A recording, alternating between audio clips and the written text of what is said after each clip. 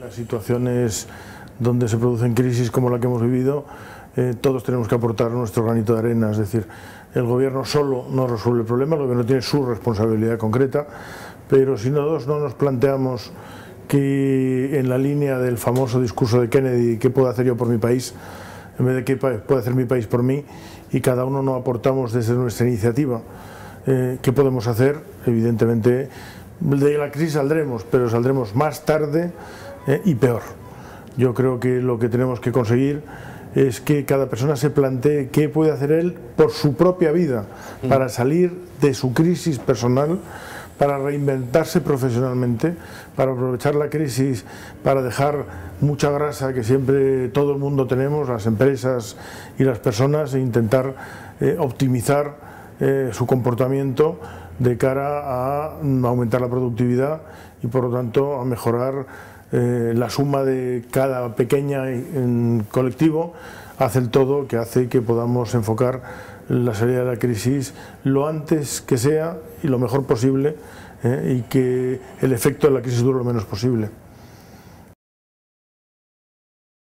La economía capitalista, ya lo decía Marx, y en eso tenía razón, tenía ciclos, que los ciclos tienen periodos de crisis, que llevamos un periodo muy largo sin crisis, pero que evidentemente los que tenemos una edad, como usted y como yo, ya hemos vivido otras crisis. Yo, por ejemplo, recuerdo la crisis de los años 70 mucho peor, como consecuencia de la crisis del petróleo del 73, muchísimo peor, porque las circunstancias del país eran peores, porque estábamos en plena transición política, porque había inestabilidad política, porque la economía española estaba mucho menos desarrollada, salíamos de un periodo de cerrazón económico, los directivos no estábamos formados para salir al mercado internacional, y por lo tanto la situación era más difícil cuantitativamente y además estábamos peor preparados para abordar las soluciones, ¿no? Y el país era absolutamente distinto. Distinto, y por lo tanto yo creo que evidentemente ahora estamos mucho mejor preparados. El problema ahora simplemente es que tenemos una parte de la economía española que es muy competitiva y que por lo tanto sigue yendo bien, pero ha crecido tanto el empleo, hay mucha mayor la población activa, hemos asumido 4 millones de inmigrantes y evidentemente tenemos una parte de la economía que no es competitiva y por lo tanto con la economía que tenemos no hay para 23 o 22 millones de empleos, ¿no? Y por lo tanto tenemos que inventar qué vamos a hacer para volver a recuperar el empleo y que por lo tanto el paro, que es el peor efecto de la crisis, desaparezca. En este país se han creado en los últimos 10 años seguramente 6 millones de puestos de trabajo, manteniendo 2 millones de parados. ¿Por qué? ¿Cómo es posible que hubiéramos, en esa época de bonanza, mantuviéramos ese paro estructural, sobre todo en algunas provincias, en algunas comunidades? Bueno, eso lo que demuestra es que el mercado de trabajo no funciona bien. Es decir, el mercado de trabajo, su función es casar la oferta con la demanda.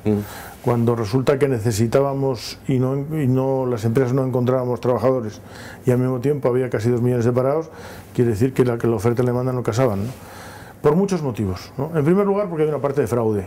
En realidad no había tantos millones de parados, había una parte de economía sumergida y que estaban oficialmente en el desempleo, pero que no era tal desempleo. En segundo lugar, este es un país con muy poca movilidad geográfica, la gente no quiere irse de su pueblo y de su familia para emigrar a otra parte de España, por tanto se demandaba trabajo en una parte, en las grandes ciudades, en Madrid, en Barcelona, en Bilbao, y en cambio en las zonas más rurales no había trabajo suficiente.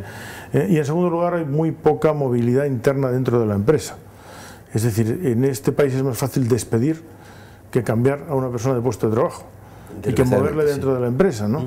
Por lo tanto, claro, como no hay movilidad dentro de la propia empresa, al final se termina despidiendo, se termina generando más paro en vez de intentar resolverlo con un mayor grado de flexibilidad dentro de la propia empresa. Yo lo que digo es, el señor que se queda sin empleo, al cual mi máxima solidaridad, para el que se queda sin empleo y quiere trabajar, el que no quiere trabajar, pues mire, es un problema, ¿no? Pero para la persona que se queda sin trabajo y que no tiene trabajo, lo que yo le recomiendo siempre es que se plantee reinventarse profesionalmente. Es decir, el empleado de la construcción, que hoy se ha quedado sin trabajo, un porcentaje de ellos no van a volver a encontrar empleo en la construcción. Jamás. Yo lo que le diría, aproveche usted el periodo que tiene de cobrar el seguro de desempleo para formarse en otra profesión En la vida actualmente no hay trabajos para toda la vida. Eso de que tú entras en una empresa y te morías en la misma empresa ya no existe. Y ya no hay casi profesiones para toda la vida. No, porque desaparece la profesión antes que el individuo. Yo soy ingeniero industrial, especialidad química. Empecé a trabajar en petroquímica. Y luego he trabajado en 8 sectores diferentes y he hecho diferentes tareas en mi vida. Y me ha ido bien. Entonces yo digo, es que hay muchas posibilidades para que la gente cambie y al revés, sea siempre a mejor porque vaya conociéndose más a sí mismo y por lo tanto sabiendo qué puede ofrecer el mercado, convertirse en una alternativa personal y que decida él en su vida y que no decida el empleador, es decir, ¿qué puedo hacer yo? ¿Para qué valgo? ¿Qué valores tengo? ¿Y en qué me divierto trabajando? Y buscar ese camino, ¿no? De cómo era la España de los 70, cómo es la España de ahora, pues hay una diferencia tan grande que ni nos lo hubiésemos creído en aquella época que íbamos a estar así ahora, ¿no? Y por lo tanto, pues ya nos ha ido bien. Y por lo tanto las crisis sirven para eso, para darse cuenta que hay que seguir mejorando, que no se pueden mantener cosas que no funcionan óptimamente y que hay que aspirar siempre a lo mejor, ¿no? Y por lo tanto que llegue el momento en que la crisis nos obliga a mejorar esos aspectos. El cambio siempre es difícil. Frente al cambio se resiste mucha gente, unos por miedo, otros por inseguridad, o sea, por muy diferentes motivos. Ya lo decía Maquiavelo. Maquiavelo decía que los reformistas siempre tenían lo peor, porque los beneficiados por la reforma se callaban y los que eran perjudicados protestaban, ¿no? Por lo tanto no conseguían ningún apoyo, ¿no? Por lo tanto yo creo que nos tenemos que plantear que hay que hacer reformas para que a todos nos vaya mejor. Hablando de reformas. Y que no hay que tener miedo al miedo, es decir, que hay que... Eso es paralizante. Claro. El miedo paraliza y por lo tanto tenemos que tener confianza en nosotros mismos. Tenemos que tener confianza en que nosotros, cada uno como persona, las pymes como pymes y el país con su conjunto, tenemos posibilidades y potencial para salir. Lo que necesita el país es abaratar el coste del empleo, no del despido. Y eso significa bajar las cuotas de la seguridad social. ¿Hasta cuánto? Significa que el sistema de protección social no se puede financiar con un impuesto sobre el trabajo, como son las cuotas a la seguridad social, sino que hay que ir cambiando, reduciendo el impuesto sobre el trabajo, que son las cuotas, e incrementando el impuesto sobre el consumo, que lo pagan todos los productos que se consuman en el país, vengan de donde vengan. Eso nos dará una mucha mayor capacidad competitiva frente a productos de los países emergentes, como China, como la India, como México, como cualquier otro país. Yo creo que esa es la primera medida importante, ¿no? Yo creo que una segunda medida importante desde el punto de vista fiscal también significa que hay que pagar el IVA cuando se han cobrado las facturas, no cuando se devengan. Porque en un momento que tenemos problemas serios de financiación y de liquidez en todo el sistema, porque estamos muy endeudados, es verdad que en los últimos años de bonanza ha habido un proceso de endeudamiento de familias y de empresas muy grande, y por tanto hay que reducir el endeudamiento, y por tanto hay escasez de liquidez y de dinero, no tenemos por qué financiar al Estado, ¿no? Yo creo que por tanto esa es otra medida importante, ¿no? Y si me dice usted que otra tercera medida así prioritaria, teniendo que escoger entre todas, hay que reformar el sistema educativo. Es decir, el sistema educativo español no forma para lo que el mercado necesita. Tenemos un razonable sistema de transmisión de conocimientos, pero lo que hoy piden más las empresas y por lo tanto lo que define la empleabilidad, ese término que ahora está de moda, son mucho más las habilidades. ¿A qué llamo habilidades? ¿Se refiere usted más a la formación profesional? No. Hablo cosas para cualquier, tanto para formación profesional como para universitaria. Significa hablar idiomas, significa manejar las nuevas tecnologías, significa hacer presentaciones en público, significa saber redactar un documento y un papel y una... Pero técnicamente eso son habilidades que tendría que tener cualquiera. Ya, pero no las tenemos. Hay que trabajar en equipo y acostumbrarse a trabajar en equipo. Y hay que formarse trabajando en equipo, no oyendo una clase magistral, sino haciendo que la gente haga trabajos sobre un tema en equipo. Significa que hay que saber tomar decisiones. Y por lo tanto articular y ordenar la cabeza y las ideas para tomar decisiones. Hay que tener un conjunto de capacidades, eso que se llaman ahora habilidades, que son mucho más importantes en el mercado de trabajo que un cierto grado de conocimientos. Yo creo que hay muchas cosas, ¿no? Las más fáciles, por decirlo de alguna manera, hay que luchar contra el absentismo. Tenemos casi el doble de absentismo. Hombre, yo creo que eso tiene que ser un acuerdo entre patronal y sindicatos. Yo creo que ese es un tema que además es posible. Yo creo que los sindicatos están dispuestos a... A ver, tengamos una cosa muy clara, y los trabajadores la tienen que tener muy clara, y por lo tanto la tenemos que explicar para lo que tengan. Se podrían subir los salarios si todo el mundo fuese más productivo. Claro. Es decir, al que no trabaja, lo pagan los que trabajan. Pero es que, el que trabaja podría cobrar más si no hubiese gente que no trabaja y que falta el trabajo indebidamente porque ni está enfermo ni nada, y simplemente hay un porcentaje de absentismo mucho más alto. Nosotros no tenemos peor salud que los europeos. Entonces, ¿por qué tenemos el doble de absentismo? Es decir, porque hay un fraude claramente al sistema, ¿no? Entonces tenemos que buscar sistemas para luchar contra eso. La economía sumergida es un mal enorme, ¿eh? Ahora, en este momento, por ejemplo, si yo tengo una pyme de servicios, yo tengo una pyme de fontanería, si mis competidores trabajan en la economía sumergida, yo no tengo más remedio que sumergirme, pues yo desaparezco. Exacto. Por lo tanto, eso es una bola de nieve que va creciendo y que si no se para, al final el Estado no tendrá ingresos. O sea, no puede ser que la actividad económica haya caído del orden de un 3,8 o un 4, sumando todo. Pues imagínate que en alguna región se ha caído al 5 y que el IVA haya caído el 25 o el 30%. Es decir, no tiene sentido. Es decir, lo que está es la economía sumergiéndose, y eso es un mal para el país. No podemos financiar al Estado, no podemos prestar servicios del Estado. Puede no haber revuelta social, pero claro, efectivamente el Estado entrará en quiebra antes o después. Claro, por lo tanto quiere decir que por lo tanto hay que tener claro que el fraude a los sistemas de protección es un mal para todos. Pero ¿por qué los sindicatos no son los primeros en defender a los trabajadores, quiero decir, a los que trabajan, bueno, persiguiendo a los vagos, por decirlo cada vez tienen más claro claramente? Eso, ¿no? Yo creo que cada vez tienen más claro eso. Es un tema de que significa un cambio de cultura, ¿no? Por lo tanto, el tema es un cambio que no es fácil, pero yo creo que cada vez, yo que hablo con muchos dirigentes sindicales, cada vez tienen más claro que el camino va por defender al trabajador, no el que no trabaja. Yo, que soy de origen católico, siempre cito una frase de San Pablo, ¿no? San Pablo, en la primera epístola a los tesalonicenses, dice: el que no trabaja, que no coma. Exacto. Es decir, pues por lo tanto, yo creo que el que trabaja tiene todos los derechos, el que no trabaja pues tiene pocos.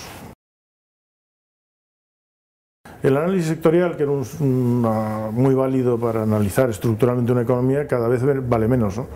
Porque dentro del mismo sector hay empresas muy competitivas que les va estupendo y empresas que están desapareciendo, ¿no? Por utilizar sectores muy conocidos. El textil. Tenemos empresas textiles que son líderes mundiales, ¿no? Zara, Mango, las más conocidas, ¿eh? El calzado. Tenemos empresas que están vendiendo, que evidentemente trabajan en la gama alta de productos, que han generado una marca con proyección internacional, que han montado su propia red de distribución, y por lo tanto que compiten en cualquier lugar del mundo. Y en cambio las que se han dedicado a vender en el segmento más bajo y a competir con el producto barato producido en Brasil o en China o en Vietnam, esas van a desaparecer. Nuestro coste de mano de obra es muchísimo más caro y evidentemente esas empresas no tienen futuro. Por lo tanto hay que analizar la competitividad empresa a empresa. Y yo creo que en todos los sectores tenemos modelos de empresas que les va bien, que son competitivas, que están exportando a todo el mundo, porque ser competitivo significa ser capaz de vender tu producto en un mercado competitivo ganando dinero, en un mercado abierto, es decir, y eso es lo que las empresas tienen que ser capaces de hacer, y por lo tanto lo que hay que hacer es crear un marco general que favorezca la competitividad de todas las empresas. Yo creo que en este momento las cámaras están en un buen camino, que prestamos un conjunto de servicios a la empresa que son útiles. Yo creo que somos útiles en toda la internacionalización de la empresa, ayudamos a las empresas. Ahí sí me gustaría profundizar después.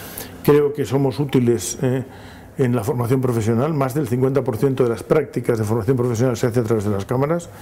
Yo creo que somos útiles en lo que se llama función consultiva, en hacer llegar a la administración y a los poderes públicos los problemas de la empresa y plantearles alternativas posibles que mejoren la gestión pública, definir ese marco general de competitividad, ayudar al gobierno qué medidas son las que las empresas necesitan para poder ser competitivas. Yo creo que somos útiles en el impulso a la creación de empresas, tanto en las ventanillas únicas para la creación de empresas como en la formación de emprendedores a través del INCIDE, o como en la red de viveros que hemos montado para que las empresas cuando nacen tengan un sitio donde poder empezar a trabajar con costes más reducidos. Es decir, yo creo que hay una serie de campos en los cuales estamos, y lo que tenemos que ir haciendo continuamente es descubriendo cuáles son las necesidades que las empresas tienen e intentar ayudarlas, ¿no? Las empresas, las pymes saben que tienen que innovar, pero no saben hacerlo. No. Y entonces pues lo que hemos puesto un programa de enseñarles a gestionar la innovación. Es un programa de consultoría donde le decimos, mire, usted tiene el problema de innovación aquí, aquí, aquí, las tecnologías que hay en el mercado son estas, usted la puede comprar, usted debería mejorar su proceso comercial donde usted está muy atrasado, o su logística, o su no sé cuántos, y debería incorporar, y ayudamos a encaminar y a enseñarles a gestionar el cambio y la innovación. Hombre, nosotros trabajamos en eso mucho conjuntamente con el ICEX, como es lógico, ¿no? Yo creo que tenemos programas de formación para la internacionalización que funcionan muy bien, el PIPE, por ejemplo, sí. Y que realmente estamos enseñando a las empresas a exportar, a salir al mercado internacional. Yo creo que cada vez más ofrecemos a las empresas una mejor información sobre los mercados. Es decir, yo estoy en contra de subvencionar a las empresas. Yo creo que las empresas tienen que vivir sin subvenciones, tienen que ser capaces de competir, las subvenciones distorsionan el mercado, pero creo que hay muchas cosas que se les puede ayudar en información. Es decir, una pyme no tiene capacidad de comprar la información que puede captar una gran empresa y por lo tanto las redes de información y las bases de información que gestiona el ICEX como las que gestionamos nosotros le pueden dar a la empresa, es decir, dónde existen oportunidades para su producto, en qué países, con quién se puede aliar y con quién no, cómo es el modelo de negocio en ese país, si en ese país puede hacer el negocio solo, tiene que aliarse con un socio local. Es decir, en todos esos campos yo creo que hacemos una tarea muy positiva. Evidentemente, como le he dicho antes, hay unas cámaras que lo hacen mejor que otras. No sé, la Cámara de Guipúzcoa, por ejemplo, lo hace estupendo en todo el producto industrial, que es lo que ellos tienen, sobre todo, ¿no? Es decir, y hay otras que lo hacen muy bien en otros ámbitos, ¿no? Por lo tanto, por ejemplo, la Cámara de Barcelona ha hecho muy bien todo el problema del desarrollo turístico de la ciudad de Barcelona, es decir, y la promoción turística de la ciudad de Barcelona. Es decir, hay cámaras que han hecho muy bien su promoción internacional y que lo hacen muy bien. Y lo que creo que todos tenemos que aprender de los que lo hacen bien. Es decir, yo creo que ese es un tema que en este país se hace poco. Sí, cada uno hace bien algo. De el que tiene éxito. Y en vez de tener envidia por el que tiene éxito, en este país eso es... tenemos que conseguir al revés, fijarnos en el que tiene éxito y aprender de él. Hombre, yo creo que hemos tocado fondo, ¿eh? Seguro. Yo creo que sí. Lo que sucede es que si no lo hacemos bien en el futuro, podemos estar en el fondo mucho tiempo. El problema hoy es cómo vamos a salir del fondo, a qué velocidad y de qué manera, ¿no? Por lo tanto, yo creo que el mensaje tiene que ser siempre optimista. Con el pesimismo no se sale de ningún sitio, no vale para nada, no es útil. Yo que soy muy posibilista y muy positivista, yo he aprendido en la vida que deprimiéndome, la depresión es una enfermedad. Sí. Y por lo tanto hay que tratarla como una enfermedad, hay que salir de ella lo antes posible y buscar soluciones para la depresión, ¿no? Yo creo que hay que ser optimista y que hay que ver siempre el aspecto positivo y qué puedo hacer para mejorar mi posición. Eso lo haces con la salud, lo haces con cualquier otro ámbito de la vida, ¿no? Que de todas estas situaciones se sale con espíritu positivo y trabajando. Hay que trabajar seguro mejor y probablemente más.